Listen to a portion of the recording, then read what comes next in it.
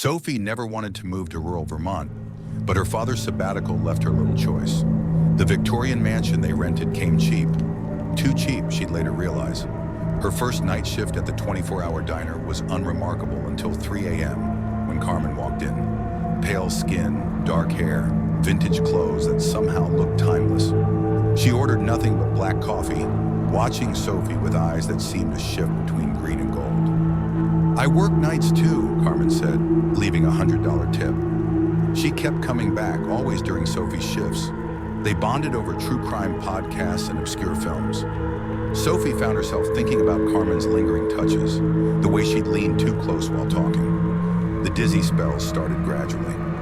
Sophie blamed them on her nocturnal schedule, the anemia her doctor diagnosed.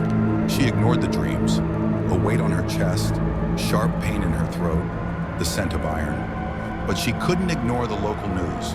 3 girls hospitalized with severe blood loss, all regulars at the diner. Or the old photograph she found while researching the mansion's history. A woman from 1872 who shared Carmen's face exactly, down to that peculiar half-smile. The next time Carmen arrived for her usual coffee, Sophie was ready with a silver cross and a UV flashlight. She had questions about a certain Countess Carmilla, and this time, she wouldn't take evasion for an answer.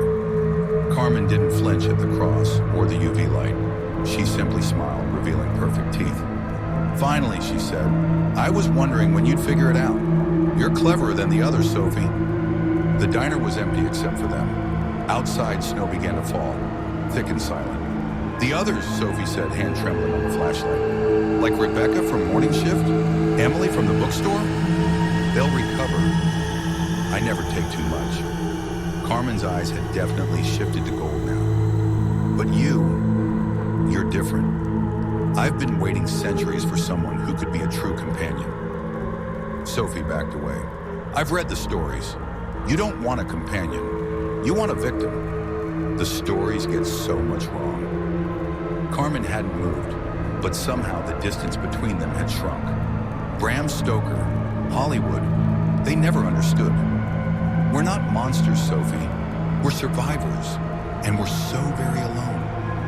The dizzy spell hit suddenly. Sophie grabbed the counter for support, remembering too late that Carmen had been adding something to her water bottle for weeks.